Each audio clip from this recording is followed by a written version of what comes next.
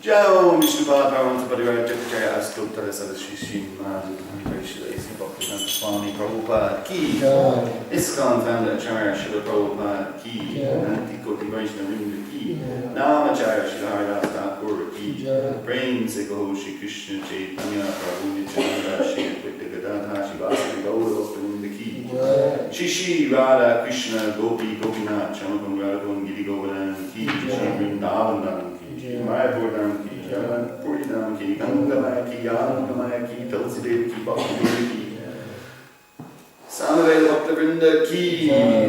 All glories the assembled devotees, all glories the assembled devotees, all glories the assembled devotees, all glories to Shri Guru and Shri Gaura.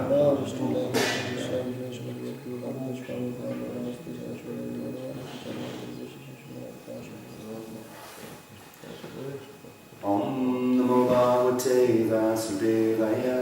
Om Namo Bhagavate Vasudevaya. Om Namo Bhagavate Vasudevaya. Om Namo Bhagavate Vasudevaya. Om Namo Bhagavate Vasudevaya. Om Namo Bhagavate Vasudevaya. A reading from Srimad Bhagavatam, Canto 7. Chapter 10, Prahlad, the best among exalted devotees. Text 41. Agyatam sarvametate Agyatam sarvametate Yanmam tvam parikrishtavan Yanmam tvam parikrishtavan Damago sutadinam Dhamagosha sutadina Hare satyam apidvisham Hare satyam apidvisham Agyatam sarvametate Agyatam sarvametate Yanmam tvam parikrishtavan Yanmam tvam parikrishtavan Damagosha sutadinam Dhamagosha sutadina Hare satyam apidvisham Hare satyam apidvisham Agyatam sarvametate Agyatam sarvametate Yanmam tvam parikrishtavan Yanmam tvam parikrishtavan Damagosha sutadinam Dhamagosha sutadina Hare satyam apidvisham Hare satyam apidvisham Agyatam sarvametate Agyatam sarvametate Yanmam tvam parikrishtavan Yanmam tvam parikrishtavan Damagosha sutadinam Dhamagosha sutadina Hare satyam apidvisham Hare satyam apidvisham Agyatam sarvametate Agyatam sarvametate Yanmam tvam parikrishtavan Yanmam tvam parikrishtavan Dhamagosha sutadina Damagosha sutadinam Hare satyam apidvisham Hare satyam apidvisham Agyatma sarvametate Agyatma sarvametate Yanmam tvam parikrishtavan Yanmam tvam parikrishtavan Damagosha sutadinam Damagosha sutadinam Hare satyam apidvisham Hare satyam apidvisham Agyatam sarvametate Agyatam sarvametate Yanmam tvam parikrishtavan Yanmam tvam parikrishtavan Dhamagosha sutadina Damagosha sutadinam Hare satyam apidvisham Hare satyam apidvisham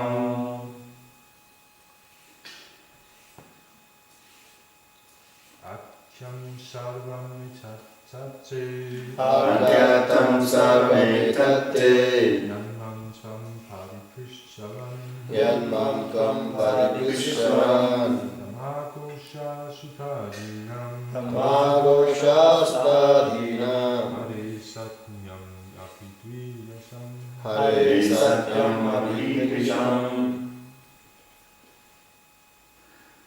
Lady D, as opposed to ladies. Can I get a bit?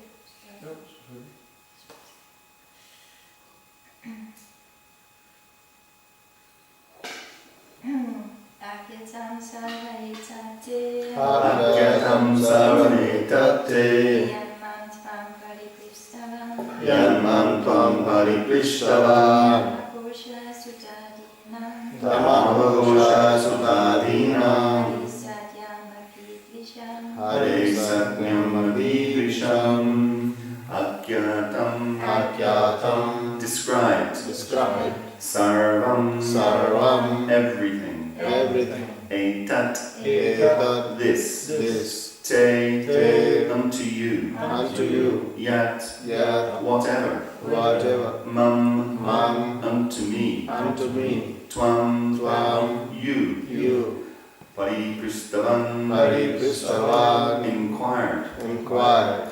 Dharmagosha Sutta Adinam, Dharmagosha Sutta Adinam of the son of Dharmagosh Shishupal, of the son of Dharmagosh Shishupal and others. and others. Hare, Hare of the Lord. of the Lord.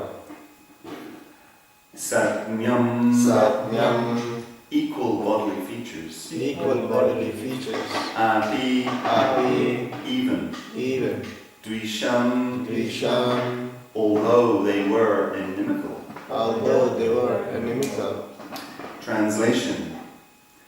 Everything you asked me about how Shishupal and others attained salvation, although they were inimical, has now been explained to you by me. Please repeat. Everything you asked me about how Shishupal How Shishupal and others and others attained salvation, attained salvation, although they were inimical, although they were inimical, has now been explained has now been explained to you to by me. by me. There's no purport, so I'll read the next translation and super ecstatic purport. So text 42. Esha Brahmanya Devasya Krishnasya Chamalatmana Avatara Kata Punya Vadoya Tradi Daityayo.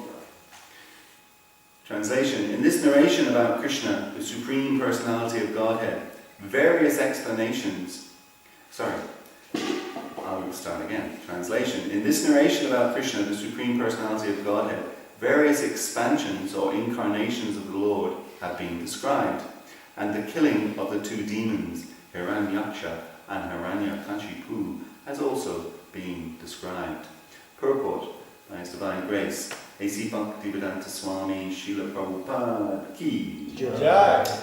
Purport.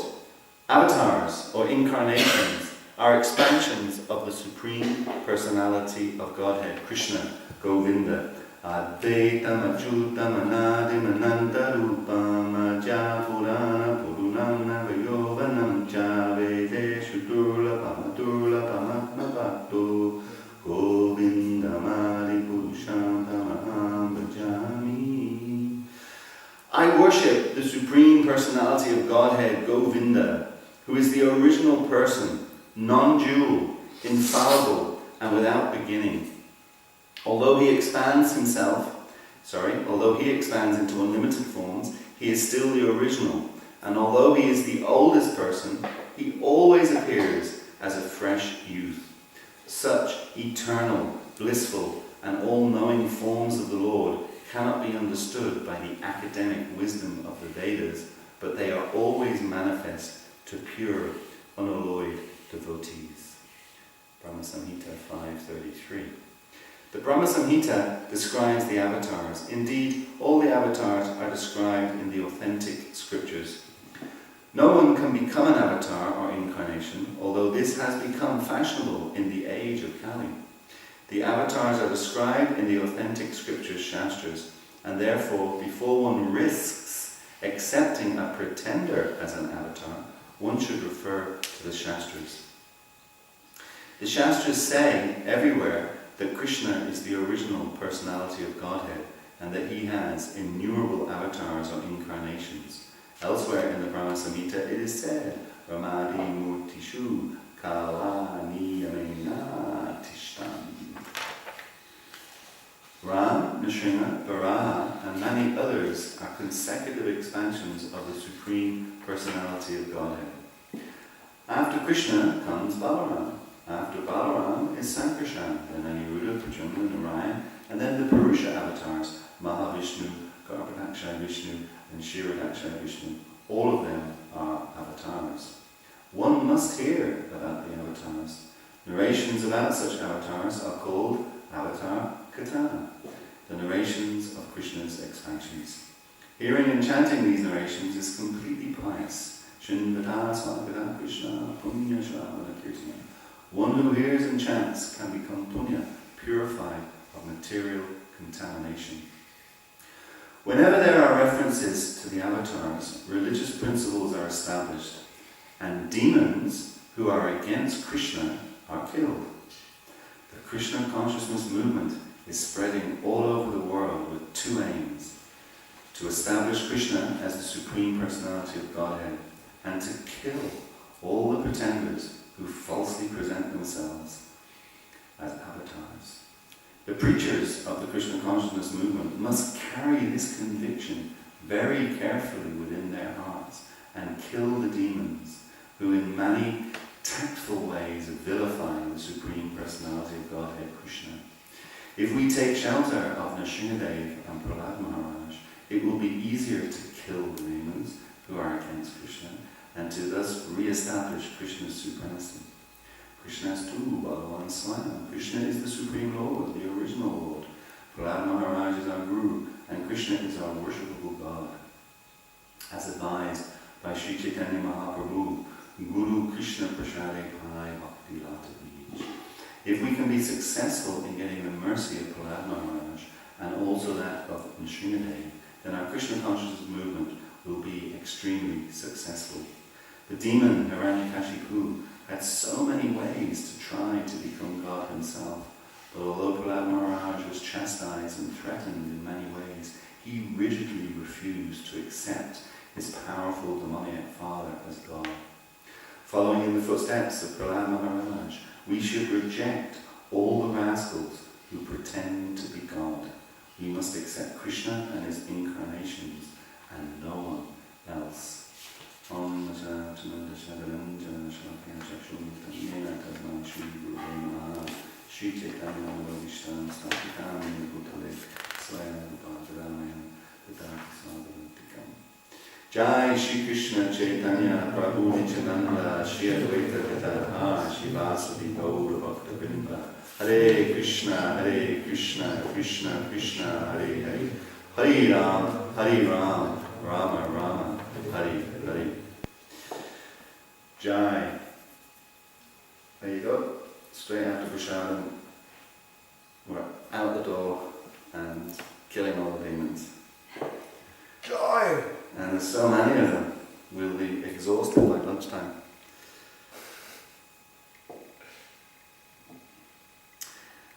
You know, it's interesting that on a couple of occasions, one famous, very famous one, and you know, the best example, of course, was Lord Chaitanya when he summoned his Sudarshan Chakra to deal with Jagai and Madai. And of course, Lord Nityananda reminded Lord Chaitanya of his Leela.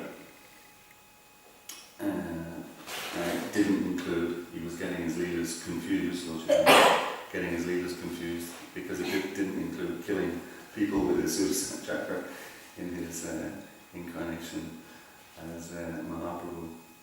And so it came to the brink, but it just stopped, and Lord Chaitanya maintained his lila. He didn't shift into a different lila. But he was close to doing it. He was very close. And then the other example of that is, another example, there may be others actually, but another one that comes to mind is similar, is when what was his name actually? Oh gosh, what was his name? Gopinath Pattanayaka, when he got into trouble for not paying his taxes, which is a very interesting example because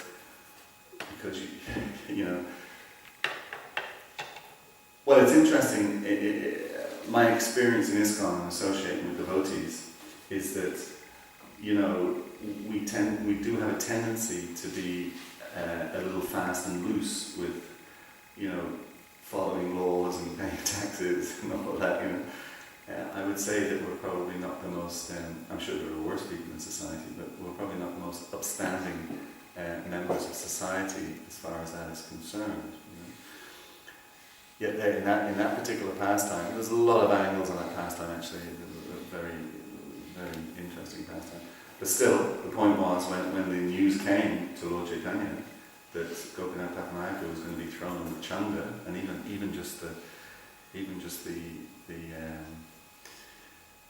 for not paying his taxes. I mean, I think in Denmark, if you don't pay your taxes, you won't get thrown in the Chanda, right? You might go to jail, but you won't get thrown in the Chanda. So even the Chanda is quite a interesting punishment. It's like a platform, the platform that's pulled away, and you fall through it. And it's like a bed of swords, really sharp swords, loads of them like that, and you just get sliced to pieces. But Lord Chaitanya, the devotees came and says, "Oh, Gopinath Pattanayaka," he says, "Oh, why is that?" And he says, "Oh, because he hasn't paid his taxes." And Lord Chaitanya, "Oh, he hasn't paid his taxes? Oh, then let him go on the Chanda." Anyway, the Gopinath Pattanayaka ended up not going on the Chanda. It's quite a long story. But he ended up not, so in that sense. But it was just interesting, Lord Chaitanya's initial reaction to the fact that he had heard that he hadn't paid his taxes. Then Lord Chaitanya started comparing the king to representing the Supreme Personality of Godhead, and all of this, and you have to pay your taxes, and the whole dialogue, very, very interesting dialogue, particularly I think for us as ISKCON devotees, given our tendency, as I say, to be a little fast and loose with those kinds of issues. So here Prabhupada mentions, I think in his purport, I think he mentions 3 times, he uses the word kill,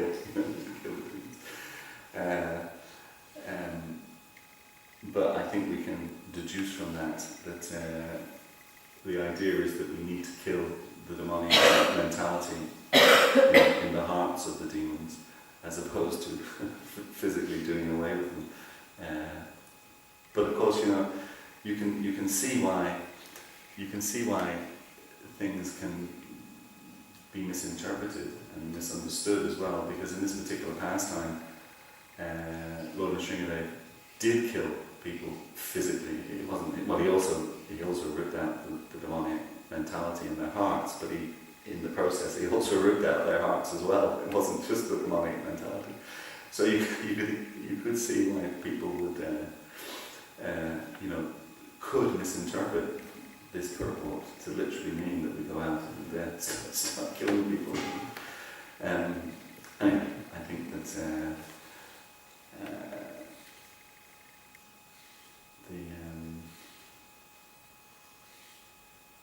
the intention ultimately, we do ultimately understand the intention of what Prabhupada is actually saying. But still, leaving that aside, they are very strong statements, because it's such a serious thing that there are so many people out there who are denying the existence of the Supreme Personality of Godhead. Prabhupada often gives the example, he will say to people, and of course this is more prevalent in India actually than, yesterday when I was speaking, I forgot to mention when I was talking about Putana, that in that pastime, Prabhupada talks, not in the Krishna book but in the Bhagavatam, he talks about that there are still Putanas in existence in India today, you know, flying around on their broomstick. He uses the word broomstick. They're flying around up in the you know, above the clouds or whatever, or maybe, you know, close to the where he doesn't say exactly, but he just says they're flying around up there, like, you know, that they still exist. So a lot of these things are more specific to India. In Western countries, you tend to get political leaders who want to take control, you know, in an absolute way, like that. But you don't get so many examples. There are some actually, but you don't get so many examples of people presenting themselves as incarnations of God in Western countries. But in India, you know, it's quite a common thing. Every time I'm in India, you know, you get 2 or 3 stories, you know, over the course of a few months of, you know, some guy who's literally doing that. He's presenting himself as either an incarnation of God or as God, you know. I can't remember the names, it's too much detail to remember all the names. But there was one guy relatively recently in South India who you know, they've arrested him and all sorts of stuff. But they literally present themselves as incarnations of God. And for whatever reason, you know, people seem to be, I suppose that's one advantage of having a cynical nature, that, you know, you're going to be less inclined to get sucked into that kind of presentation. But somehow or another in India, you know, an awful lot of people get sucked into it, you know, and these people develop huge followings, you know, and everyone's worshipping them as God. It's quite an amazing thing. So that's what Prabhupada's referring to here. But often when these things would come up, Prabhupada would give the acid test, and he would say, you know, can they drink an ocean of poison? If they can drink an ocean of poison, then we can accept them as an incarnation. Or if they can lift Govardhan Hill with their little finger, if they can lift the equivalent of Govardhan Hill with their little finger, then we can accept them as an incarnation. But if they can't do that, then, you know, they're not an incarnation. Of course, Prabhupada's talking here that incarnations anyway are all listed in Shastra. So if someone's claiming to be an incarnation, they should be able to then refer to the Shastric reference or the Pramana to justify the claim that they're making. Over and above that in the purport, Prabhupada is emphasizing again what was mentioned yesterday in yesterday's purport about having that inner meditation. Prabhupada's talking here about that we should have avatar Gata, talking about, discussing the different avatars of Krishna and understanding more about them. And in one purport, I can't immediately remember which purport it is, Prabhupada uses the example both in relation to the avatars and also in relation to the qualities of Krishna. And he says, just as you cannot count the atoms that exist in the universe, we cannot count the atoms that exist in the universe, you also cannot count the qualities of the Lord, and you cannot count the avatars of the Lord, that they're literally unlimited. As we know, everything related to Krishna is ultimately unlimited, and that includes all of these different avatars like that. So, as far as discussing them and studying the avatars of Krishna, we'll never run out of subject matter. It's just an unlimited subject matter like that. We'll never run out of it, discussing them all and learning about them. And that's what Prabhupada is saying. He finishes with that reference that avatar katana, that's what we should do. Right now we're obviously discussing the incarnation of the avatar of Lord Srinivas. And just within that one avatar, that one incarnation, there's so much to discuss. And again, as we mentioned yesterday, all of these pastimes and all of these incarnations, all of these avatars, really the main purpose, so many purposes, but a key purpose, a key important point, is for us to understand the supremacy of the Supreme Personality of Godhead in Krishna's. The reference of Krishna being the Supreme Personality of Godhead is very strong in Prabhupada's purport.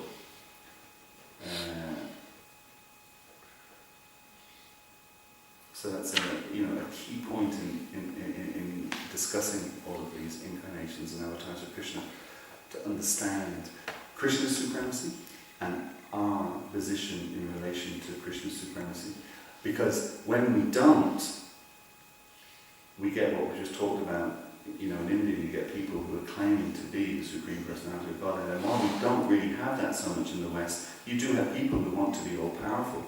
You know, these generally we get it in the political realm in Western kind of society. So we have the history of people like Adolf Hitler and Joseph Stalin and, you know, Mao, and even now in modern day society you think of someone like Putin. You know, I remember a few years ago that he finished his cycle, then he changed the laws so that he could somehow become the guy in charge again, you know. So definitely from a political point of view, you have it not necessarily that claiming to be God, but it's for us to understand our position as the eternal servant of the Supreme Personality of Godhead. And we see it time and time again, you know, one example, and we struggle to accept that. We're all struggling to accept that, including ourselves. Even though at least we are understanding the position of Krishna and putting that into practice, still we struggle with it. What to speak of the people who aren't doing that, they struggle greatly with that due to false ego.